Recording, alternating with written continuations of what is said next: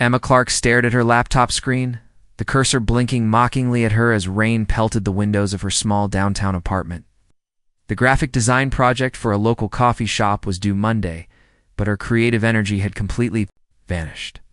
At 26, she had imagined her life would look different. Instead of living paycheck to paycheck in a cramped studio, she had dreamed of having her own design agency, traveling the world for inspiration, maybe even finding someone who understood her passion for art, the bottle of cheap red wine on her. Coffee table had been calling to her since she got home from her part-time job at the print shop. Her best friend Sophia was out on another date with her latest boyfriend, leaving Emma alone with her thoughts and increasingly poor decision-making skills. She poured herself a generous glass, savoring the bitter taste that matched her mood. Perfectly, her phone buzzed with a text from Sophia showing pictures from some fancy restaurant downtown. Emma rolled her eyes but felt a pang of loneliness. When was the last time someone had taken her somewhere nice? When was the last time anyone had taken her anywhere at all? The wine made her thoughts drift to Jake Morrison, her ex-boyfriend, who had broken up with her 3 months ago. Jake, with his messy brown hair and guitar that he loved more than he had ever loved her, he had called her too serious and not spontaneous enough. Before disappearing from her life to pursue his music career in Nashville, the message that changed everything. His fingers moved across her phone screen before her rational mind could stop them. The wine had made her bold, reckless even. She began typing a message filled with longing and desire, words she would never have the courage to send while sober. I know it's been months, but I can't stop thinking about you. I miss the way you used to hold me, the way you made me feel alive. I'm here alone tonight, wishing you were with me. If you wanted to come over, I wouldn't say no. I miss us, Jake. I miss everything about us. She hit send before she could change her mind, her heart racing with a mixture of excitement and terror. What had she done? But maybe it was time to take a chance to be the spontaneous person Jake had wanted her to be. The message delivered immediately, and Emma felt a rush of adrenaline. She had actually done it. She had put herself out there, vulnerable and honest. Now all she could do was wait and see if Jake would respond, if he would give them another chance. What Emma didn't realize was that in her wine-induced haze, she had selected the wrong contact. The message intended for Jake Morrison had instead been sent to Nathan Cross, the CEO of Cross Industries, a man she had worked with briefly on a corporate rebranding project 6 months earlier. The Billionaires. Pristine penthouse office, Nathan Cross was reviewing quarterly reports when his personal phone buzzed. Very few people had his private number, and even fewer would dare to contact him after business hours. At 32, Nathan had built his empire through careful calculation and emotional detachment. Every decision was measured, every relationship strategic. The message that appeared on his screen stopped him cold. He read it once, then twice, trying to process what he was seeing. Emma Clark, the talented but unremarkable graphic designer. From the Meridian Hotel project, had just sent him what could only be described as an intimate invitation. Nathan remembered Emma vaguely. She had impressed him with her creative vision during their brief professional interaction. They had exchanged perhaps a dozen words total. She had seemed nervous around him, which wasn't unusual. Most people were intimidated by his reputation and wealth. This message suggested a completely different side of her, one that was vulnerable and passionate. His first instinct was to ignore the message, to pretend it had never happened. But something about the raw honesty in her words intrigued him. When was the last time someone had been genuinely vulnerable with him? When was the last time anyone had wanted him for reasons that had nothing to do with his money or status? Nathan stood and walked to the floor-to-ceiling windows that offered a panoramic view of the city. Rain streaked down the glass, distorting the lights below into abstract patterns. He had everything money could buy, but he couldn't remember the last time he had felt truly connected to another person, before he could talk himself out of it. Nathan grabbed his keys and headed for the elevator. An unexpected visitor Mia had changed into her most comfortable pajamas and was halfway through her second glass of wine when the knock came at her door. Her heart leaped. Jake had come. He had received her message and decided to give them another chance. She quickly checked her reflection in the hallway mirror. Running her fingers through her auburn hair, pinching her cheeks for color, she opened the door with a smile that immediately froze on her face. Instead of Jake's familiar figure, she found herself staring up at Nathan Cross. He stood in her doorway looking impossibly tall and intimidating in his expensive charcoal suit, his dark hair slightly damp from the rain. His piercing blue eyes studied her with an intensity that made her stomach flutter nervously. Emma Clark. His voice was deep and controlled, exactly as she remembered from their business meetings. Mr. Cross? Emma's voice came out as barely a whisper. Her mind raced to understand why he was standing at her door at nearly 10 o'clock on a Friday night. What are you doing here? Nathan held up his phone, displaying her message. You invited me. Emma's face went from pale to bright red in an instant. She grabbed the doorframe for support as the reality of her mistake hit her like a freight train. She had sent that intimate, desperate message to Nathan Cross, one of the most powerful men in the city. Oh my God, she whispered, covering her face with her hands. That wasn't meant for you. That was supposed to go to someone else. I'm so sorry, Mr. Cross. I had been drinking and I made a terrible mistake. Nathan studied her reaction carefully. The horror on her face was genuine, and her embarrassment was palpable. But there was something else there too, something that drew him in despite the awkwardness of the situation. May I come in? He asked quietly. It's raining quite heavily. Emma hesitated for a moment, then stepped aside. What else could she do? She had already humiliated herself completely. Nathan entered her small apartment, and she immediately became conscious of how different their worlds were. Her thrift store, furniture and clearance rack decorations, seemed shabby compared to his obvious wealth and sophistication. Unexpected chemistry? Can I offer you something to drink? Emma asked, her voice still shaky with embarrassment. I have wine or coffee or water. Wine would be fine, Nathan replied, surprising himself. He never drank during the week, and he certainly never made unplanned social visits. But something about this situation, about Emma herself, had thrown his usual caution to the wind. Emma poured him a glass of the cheap red wine, cringing internally at how inferior it must seem to someone of his stature. They sat across from each other in her tiny living room, the tension between them thick enough to cut with a knife. I really am sorry about the message, Emma said again, unable to meet his eyes. It was meant for my ex-boyfriend. I know how inappropriate it must have seemed coming from someone you barely know. Nathan took a sip of the wine, noting that while it wasn't expensive, it had been chosen with care. Actually, he said slowly, it was the most honest communication I've received in months. Emma looked up at him in surprise. There was something different about his demeanor now, less cold and intimidating than she remembered. Honest? In my world, every conversation has an agenda. Every relationship is transactional. People tell me what they think I want to hear, not what they're actually feeling. Nathan leaned forward slightly. Your message, even though it wasn't intended for me, was refreshingly genuine. Emma felt her cheeks burn again. It was also completely mortifying. Was it? Nathan asked, and she caught a hint of a smile playing at the corners of his mouth. When was the last time you did something completely spontaneous, Emma? Apparently about an hour ago when I sent that text, she replied, and to her surprise, Nathan laughed. It was a rich, warm sound that transformed his entire face. They talked for hours, the conversation flowing more naturally than either had expected.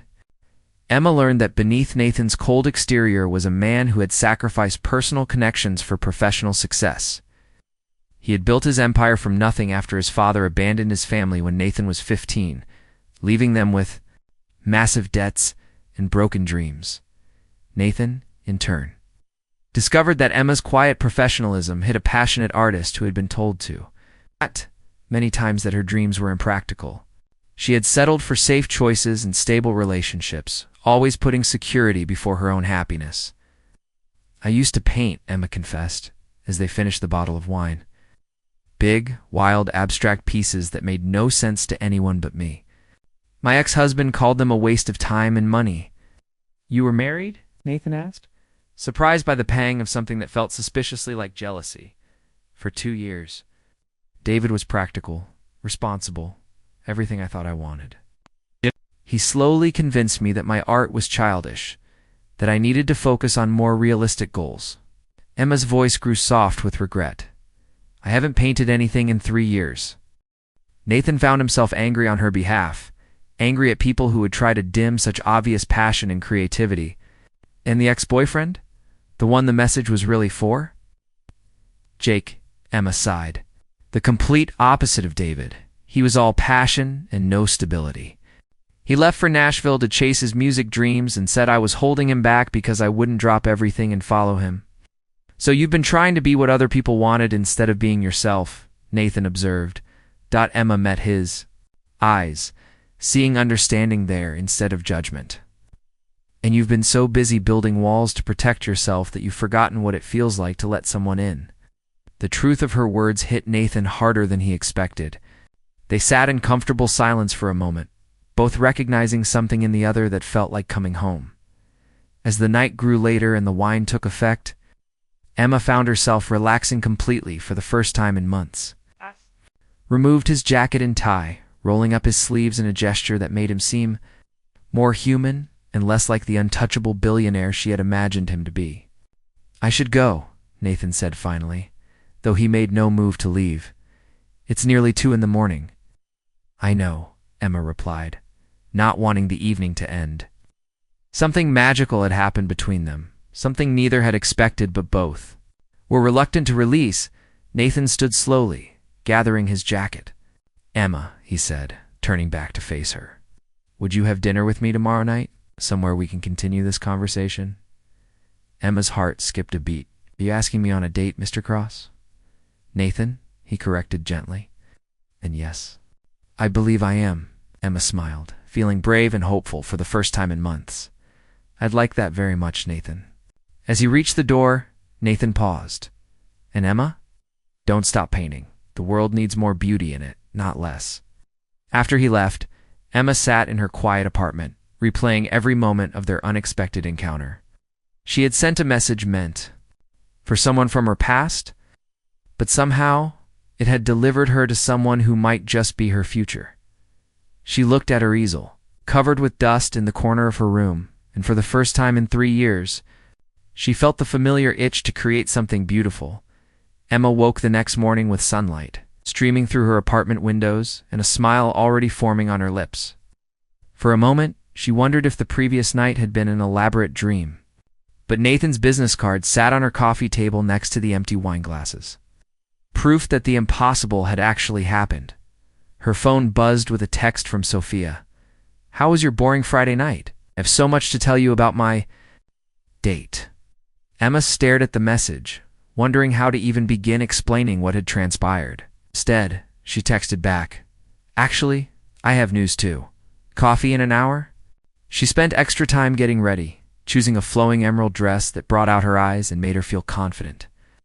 As she applied mascara, Emma caught her reflection and paused. When had she stopped putting effort into her appearance? When had she started settling for comfortable instead of beautiful? At their usual coffee shop, Sophia's jaw dropped as Emma recounted the events of the previous evening. Her best friend, a successful marketing executive with perfectly styled blonde hair and an expensive handbag, listened with growing amazement. Wait, Sophia interrupted, holding up her manicured hand. You accidentally sent a spicy text to Nathan Cross, and he actually showed up at your door. And we talked until 2 in the morning, Emma added, stirring her latte nervously. Emma Clark, you beautiful disaster, Sophia laughed, shaking her head. Do you have any idea who this man is? He's been on the cover of Forbes 3 times. He owns half the commercial real estate in the city, and he asked you on a date. Emma felt her stomach flutter with anxiety. That's exactly what worries me, Soph. We're from completely different worlds. What if this is just some kind of novelty? For him, what if he gets bored? Sophia reached across the table and squeezed Emma's hand. What if he doesn't? What if this is exactly what both of you need? You've been hiding behind safe choices for years, Em. Maybe it's time to take a real risk. The perfect evening that evening, Nathan arrived at Emma's apartment precisely on time, looking devastatingly handsome in dark jeans and a navy blazer. He had traded his usual corporate armor for something more casual, though everything about him still screamed expensive and sophisticated. "You look beautiful," he said simply, and Emma felt warmth spread through her chest at the sincerity in his voice. He had chosen a small Italian restaurant tucked away in a quiet neighborhood, intimate and cozy without being overwhelming. As they settled into a corner booth, Emma realized Nathan had put considerable thought into making her comfortable. "Have a confession?" Nathan said as they shared a bottle of wine. "I spent most of today researching restaurants that would be perfect. For tonight, I wanted somewhere you'd feel at ease." Emma smiled, touched by his consideration. "And I spent most of the day wondering if I'd imagined last night entirely." "Did it feel surreal to you too?" Nathan asked, leaning forward with genuine curiosity. "Completely. I keep waiting for someone to tell me this is all some elaborate joke." Emma took a sip of wine, feeling herself relax as she had the night before. "Can I ask you something personal? After last night, I think we've moved well beyond polite boundaries. When was the last time you did something just because it made you happy? And not because it was strategic or profitable, but just because it brought you joy?" Nathan was quiet for a long moment, considering her question seriously. "Honestly, I can't remember. Everything in my life has been calculated for so long that I've forgotten what pure happiness feels like." Emma felt her heart ache for him. "That sounds exhausting." "It is," Nathan admitted, surprising himself with his honesty. "But it's also safe. When you don't invest emotionally in anything, you can't be disappointed or hurt. But you also can't be truly happy," Emma pointed out gently. Their conversation flowed as naturally as it had the night before, covering everything from childhood dreams to current fears. Nathan told her about growing up poor, about watching. His mother worked 3 jobs to keep their family afloat after his father left. Emma shared her struggle with self-doubt, how she had slowly stopped believing in her own artistic vision. "I used to think I could change the world with my art," Emma confessed over dessert. "I wanted to create things that made people feel something real, something beautiful." "What stopped you?" Nathan asked, though he suspected he already knew the answer. "Life. Practical concerns. People telling me to be realistic." Emma traced patterns on the tablecloth with her finger. "After a while, I started believing them. I convinced myself that dreaming big was just setting myself up for disappointment." Nathan reached across the table and covered her hand with his. "I think you stopped believing in yourself because the people around you were afraid of your potential. Some people feel threatened by others who dare to dream beyond the ordinary." The touch of his hand sent electricity through Emma's entire body. She looked up to meet his intense blue eyes and saw something there that made her breath catch. It was desire, yes, but deeper than that. It was recognition, as if he truly saw her in a way no one else ever had. Crossing boundaries after dinner, Nathan suggested a walk through the nearby park. The evening was warm and clear, with stars visible despite the city lights. They strolled slowly along the winding paths, their conversation becoming more intimate with each step. "Can I tell you something that might sound crazy?" Emma asked as they paused beside a small pond where moonlight danced on the water. "After the last 24 hours, I'm prepared for anything," Nathan replied with a smile. "I feel like I've been waiting my whole life for last night to happen. Not the embarrassing text part," she added quickly, making him laugh. "But meeting someone who understands what it's like to feel trapped by your own choices." Nathan stopped, walked in and turned to face her completely. "Emma, I need you to know something. I've never done anything like this before. I don't date casually. I don't make impulsive decisions. And I certainly don't open up to people the way I have with you." "What are you saying?" Emma asked, her heart beginning to race. "I'm saying that in less than 24 hours, you've managed to turn my entire world upside down. And instead of terrifying me the way it should, it feels like the most natural thing in the world."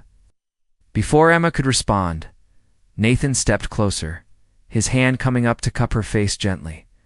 "May I kiss you?" he asked softly. Emma's answer was to rise up on her toes and meet him halfway. The kiss was gentle at first, tentative and sweet. But as Emma's arms wound around his neck and Nathan pulled her closer, it deepened into something that spoke of promises and possibilities. When they finally broke apart, both were breathing heavily. Nathan rested his forehead against hers, his eyes closed as if trying to memorize the moment.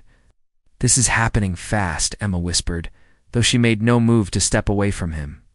"Too fast?" Nathan asked, concern evident in his voice. Emma considered the question seriously. Every rational part of her mind screamed that this was moving at lightning speed, that she barely knew this man, that their differences made any real relationship impossible. But her heart had a different answer entirely. "No," she said finally. "It feels exactly right." They spent the next several hours walking and talking, sharing stories and dreams they had never told anyone else. Nathan spoke about the loneliness of success, how wealth had insulated him from genuine human connection. Emma opened up about her fears of not being enough, of settling for less than she deserved because she was afraid to reach for more. "I want to see your paintings," Nathan said suddenly as they sat on a bench overlooking the city skyline. "I told you I haven't painted in years," Emma protested. "But you still have them, don't you? The ones you did before you stopped believing in yourself?" Emma hesitated. Those paintings were deeply personal, raw expressions of her inner world that she had hidden away when David convinced her they were worthless. Showing them to Nathan would be making herself completely vulnerable. "They're not very good," she said finally. "Let me be the judge of that," Nathan replied gently. "Please, Emma. I want to see the real you, the artist you were before the world tried to convince you to be smaller." Back at her apartment, Emma led Nathan to her bedroom closet where her old canvases were stored. Her hand shook slightly as she pulled out the first painting, a swirling abstract piece in blues and silvers that captured the feeling of standing at the ocean's edge during a storm. Nathan's breath caught as he studied the work. It was powerful and emotional, full of movement and life. This wasn't the work of an amateur hobbyist. This was the vision of a true artist. "Emma," he said quietly, "this is extraordinary." She pulled out more pieces, each one revealing the facet of her artistic soul. Bold colors and flowing lines, abstract interpretations of emotions and experiences. Nathan studied each one with growing amazement. "You have real talent," he said finally, turning to face her. "These aren't just good, they're exceptional." "Why did you stop?" Emma felt tears prick her eyes. "Because David said they were self-indulgent. Because practical people told me I couldn't make a living as an artist. Because I got scared of failing." Nathan set the painting he was holding carefully against the wall and pulled Emma into his arms. "Listen to me," he said fiercely. "A gift that most people would kill for. Don't you dare let fear or other people's limitations hold you back any longer." The intensity in his voice, the absolute conviction that he had in her abilities, broke something open inside Emma. She began to cry, not from sadness, but from relief. For the first time in years, someone believed in her completely. "I want to help you," Nathan continued, stroking her hair gently. "I want to see what you can create when you're not holding yourself back. Will you let me support your art, not as charity, but as an investment in something beautiful and important?" Emma pulled back to look at him through her tears. "Nathan, I can't let you do that. It wouldn't be right. Why not?" "I invest in things I believe have value. I believe in you, Emma Clark." Ala lied. "I believe in your talent and your vision." He cupped her face in his hands. "Besides, I have a selfish motive. I want to be around when you remember how extraordinary you are." As Emma looked into Nathan's eyes, she saw her future reflected there, not the safe, small future she had been settling for, but something vast and bright and full of possibility. It terrified her and thrilled her in equal measure. "Okay," she whispered, "but I have conditions." Nathan smiled. "Name them. I'll pay you back eventually. This is a loan, not a gift. I want you to let me paint your portrait." "Deal, Nathan." Agreed without hesitation, though I should warn you, I'm not a very patient model. Emma laughed, feeling lighter than she had in years. "I think you might surprise yourself." As the night drew to a close, they both knew that everything had changed between them. What had started as an accidental text had become something neither had expected but both desperately needed. "Stay tonight," Emma said softly as Nathan prepared to leave. Not for anything complicated, just stay. I don't want this feeling to end yet. Nathan searched her face, seeing honesty and hope there. Are you sure? I'm sure about you, Emma replied. For the first time in a long time, I'm absolutely sure about something. They fell asleep curled together on Emma's small couch, Nathan's, arms wrapped protectively around her as she lay against his chest. Both slept more peacefully than they had in years, feeling for the first time like they had found where they belonged. Emma woke to the smell of coffee and the sound of her phone ringing incessantly. Nathan was in her tiny kitchen, looking perfectly at home as he navigated her limited appliances, his hair slightly mussed from sleep and his shirt wrinkled but still impossibly handsome. "Good morning, beautiful," he said, handing her a steaming mug. "Your phone has been going off for the past 10 minutes. Emma glanced at the screen and felt her stomach drop. 12 missed calls from Oliver Hayes, Nathan's personal assistant. She showed Nathan the phone with growing concern. "That's odd," Nathan frowned, pulling out his own phone. "Oliver never calls on Sunday morning unless it's an emergency." Before he could dial, Emma's phone rang again. Nathan gestured for her to answer, his expression growing serious. "Hello?" Emma said hesitantly. "Miss Clark, thank goodness." Oliver's crisp British accent came through clearly. "I've been trying to reach Mr. Cross. Is he with you by any chance?" Emma looked at Nathan, who nodded. "Yes, he's here. Please put him on immediately. We have a situation." Nathan took the phone, his entire demeanor shifting into business mode. "Oliver, what's happening?" Emma watched Nathan's face grow darker as he listened to whatever Oliver was telling him. His jaw clenched, and she could see the walls she had watched him lower over the past 2 days slowly rebuilding themselves. "I'll be there in 30 minutes, Nathan said finally, ending the call. He turned to Emma with an expression she couldn't quite read. "I have to go. There's been a leak to the press about my personal life." Emma felt cold dread settle in her stomach. "What kind of leak?" Nathan hesitated, clearly reluctant to share the details. "Someone saw us together last night. There are photos and speculation about my new mystery woman. The story is already trending on social media." The coffee cup slipped from Emma's nerveless fingers, shattering on the kitchen floor. This was exactly what she had feared, exactly why their different worlds could never truly merge.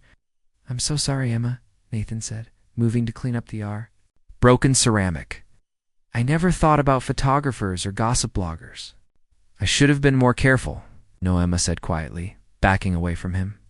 "I should have been more realistic. This was bound to happen eventually." Nathan stopped cleaning and looked up at her sharply. "What do you mean? Mean this whole thing was a fantasy, Nathan. A beautiful, impossible fantasy. But this is your real life and I don't belong in it." The price of love within hours, Emma's quiet life had been turned completely upside down. Her phone rang constantly with calls from reporters and gossip bloggers. Someone had found her social media profiles and her small client list. And suddenly everyone wanted to know about the mystery artist who had captured the attention of the city's most eligible bachelor. Sophia arrived at Emma's apartment looking frazzled and carrying armloads of newspapers and magazines. You need to see this," she said, spreading the publications across the coffee table. The headlines were brutal. "Billionaire's new fling. From rags to riches romance, and worst of all, gold digger or true love." The photos showed Emma and Nathan walking in the park, his hand on her face as he kissed her, both of them looking completely absorbed in each other. "Some of these articles are actually positive," Sophia pointed out, trying to be encouraging. "This one calls you refreshingly authentic and talks about how Nathan seems happier than he's been in years." But Emma focused on the cruel ones. The articles that painted her as a opportunistic social climber who had somehow trapped one of the country's most successful men. The comment sections were even worse, filled with speculation about her motives and cruel judgments about her appearance and background. "I can't do this, Soph," Emma said, wrapping her arms around herself. "I can't live under this kind of scrutiny. Every move I make, every outfit I wear, every word I say will be analyzed and criticized." Her phone buzzed with a text from Nathan. "Please don't let them get to you. I'm handling this. We'll get through it together." But Emma wasn't sure they could. She wasn't built for this kind of public attention, this level of judgment and speculation. She was a private person who valued her quiet life, her small circle of friends, her ability to move through the world without being noticed. Nathan's choice at Cross Industries? Nathan was in full crisis management mode. His PR team had assembled. In the conference room, laptops open and phones buzzing as they monitored the media coverage. "Sir, we recommend the standard response," his head of communications said. "A brief statement that you don't comment on your personal life, and then we wait for the story to die down. It usually takes a week or two. And Miss Clark?" Nathan asked tersely. "We suggest you maintain distance until the attention fades. Any continued public appearances will only fuel more speculation." Nathan felt anger building in his chest. These people, his own employees, were treating Emma like a problem to be managed rather than a person he cared about. That's not acceptable. "Sir, with respect, this is how we've always handled these situations. Remember the actress from last year? The art gallery owner? Clean breaks, minimal damage to your reputation?" The comparison to his previous superficial relationships made Nathan's jaw clench. Those women had been fleeting distractions, relationships of convenience that meant nothing to him. Emma was different. Emma was everything. "This situation is different," Nathan said coldly. "Miss Clark is not a problem to be solved. She's important to me, and I want your focus to be on protecting her, not managing her." His team exchanged worried glances. They had never seen their boss this invested in a woman before, and it made them nervous. "Of course, sir," the communications director said carefully. "But you should know that some of the coverage is quite harsh. Miss Clark is being portrayed as a gold digger by several publications. Her background, her financial situation, her previous relationships, it's all being scrutinized."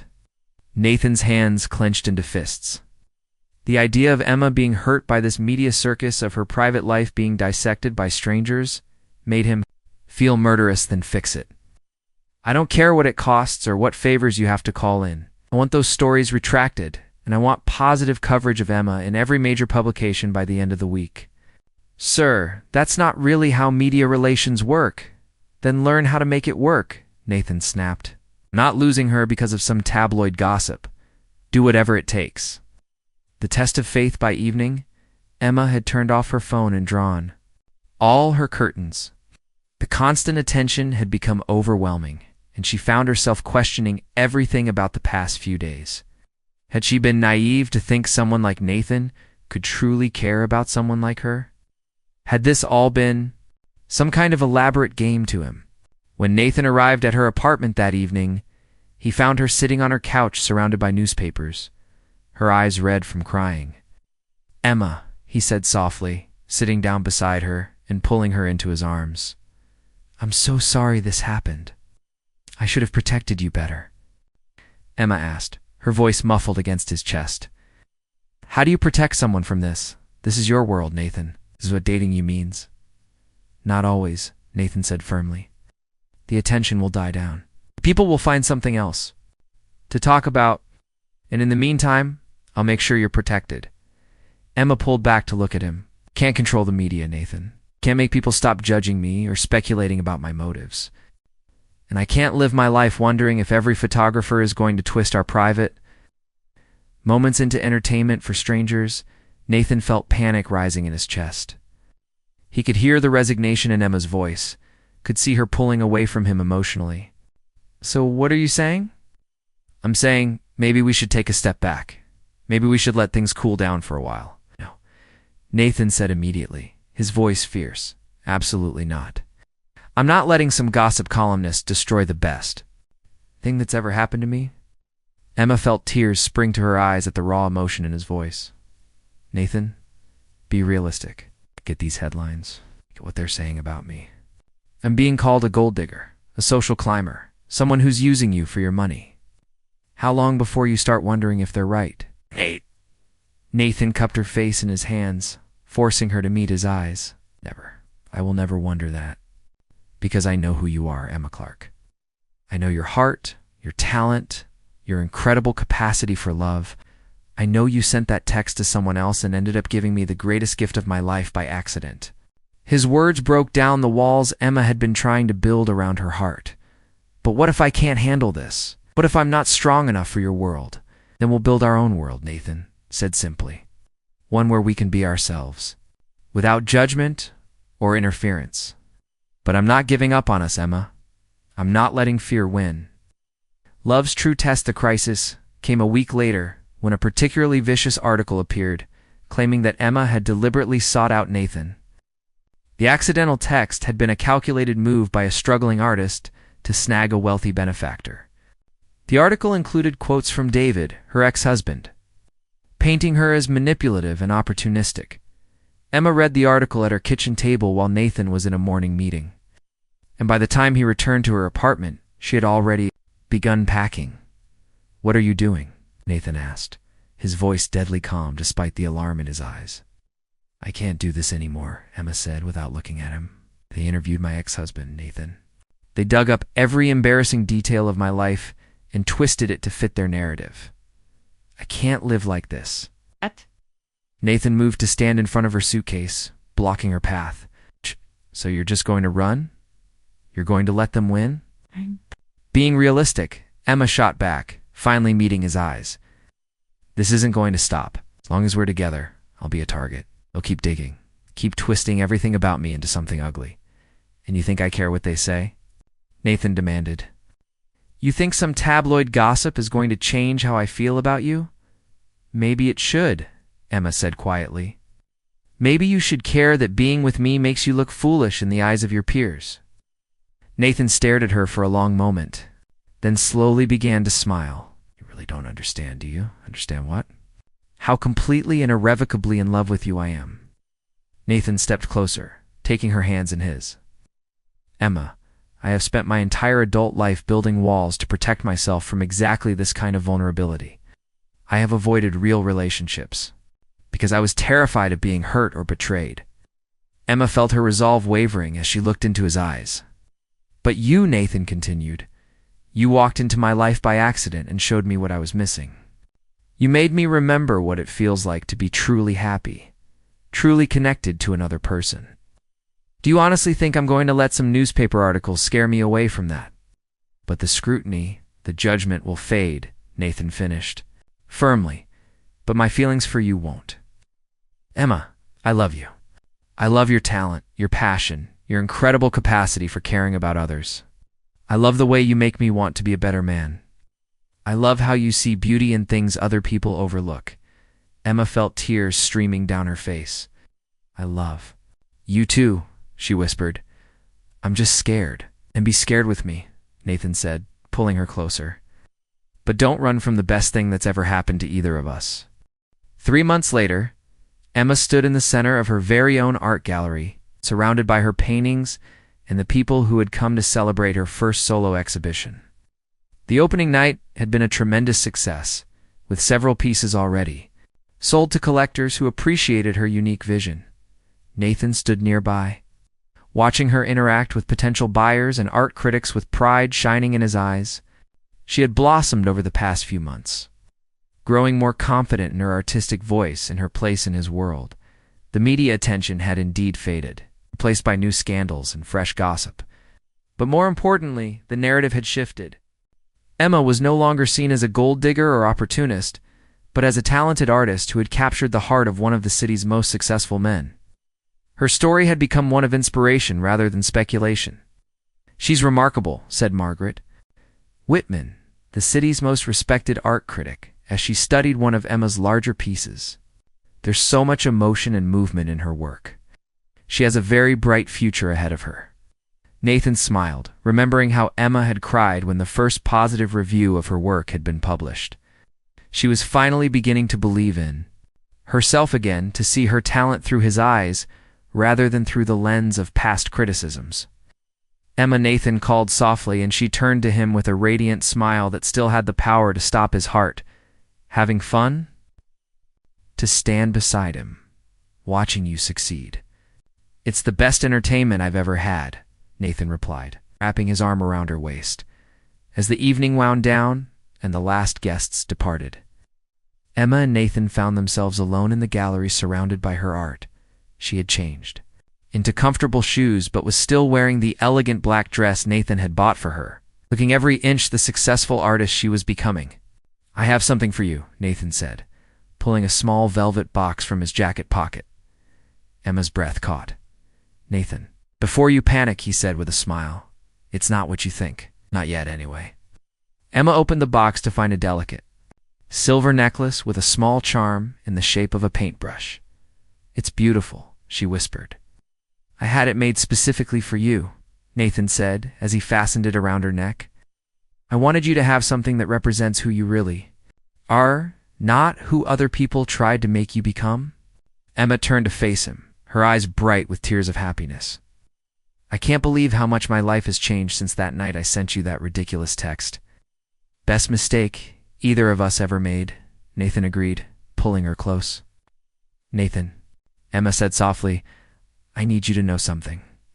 I'm not the same person I was 3 months ago. You helped me remember who I really am, but more than that, you helped me become who I want to be." "You did the same for me," Nathan replied. "Spent so many years thinking that success meant being invulnerable, untouchable. You taught me that real success means being brave enough to love someone completely, even when it's terrifying." Emma smiled up at him. "So what happens now?" Nathan glanced around the gallery at the red dots beside several of Emma's paintings, indicating sales at the guest book filled with positive comments and contact information from potential buyers. "Now," he said, "we build the life we both deserve together." Epilogue. 1 year later, Emma put the finishing touches on her latest painting, stepping back to admire the swirling blues and golds that captured the feeling of watching the sunrise from Nathan's penthouse terrace. The piece would be part of her upcoming show in New York, her first exhibition outside of their home city. "It's perfect," Nathan said, from the doorway of what had once been his formal dining room and was now Emma's studio. Had moved into his penthouse 6 months earlier, and he had immediately converted the space for her art without her even asking. Emma smiled, wiping paint from her hands. "I think it might be my best work yet." "Every piece you create is your best work yet," Nathan said, moving to wrap his arms around her from behind. "You keep evolving, keep growing more confident in your vision."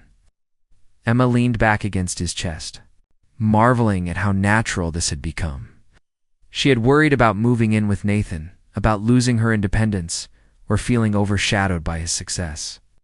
Instead, she had found that loving him and being loved by him had made her more herself than ever before. "The Times wants to do a feature article about us," Nathan said casually. "About our relationship, your art, how we've handled the public attention." Emma tensed slightly. While the media coverage had become much more positive over the past year, she was still wary of giving interviews about their personal life. "We don't have to do it," Nathan added quickly, sensing her hesitation. "I told them we'd discuss it." Emma turned in his arms, studying his face. "What do you think?" "I think," Nathan said slowly, "that we have nothing to hide. I think our story might inspire other people who are afraid to take chances on love. Only if you're comfortable with it." Emma considered this. A year ago, the thought of being featured in a major newspaper would have terrified her. But she was stronger now, more confident in herself and in their relationship. "Okay," she said finally. "Let's do it. But I want them to focus on my art. As much as our relationship, I want people to see me as an artist first, not just as your girlfriend." Nathan smiled proudly. "Deal, though for the record, you're going to be more than my girlfriend very soon." Emma's heart skipped a beat. "Nathan, I'm not proposing right now," he said quickly, though his eyes were dancing with mischief. "But I'm not proposing either," Emma laughed, throwing her arms around his neck. "You're impossible." "I'm in love," Nathan corrected, pulling her closer. "There's a difference." As they stood together in Emma's studio, surrounded by canvases that told the story of her artistic rebirth and the windows that overlooked the city where they had found each other, both felt the deep contentment that comes from finding exactly where you belong. The accidental text that had brought them together seemed like destiny now, a perfect mistake that had led them both to the love they had been searching for without even knowing it. Emma had found her voice as an artist and her courage as a woman. Nathan had learned that true strength came not from building walls, but from having the courage to tear them down. Their love story had begun with a message sent to the wrong person, but it had led them both to exactly the right place.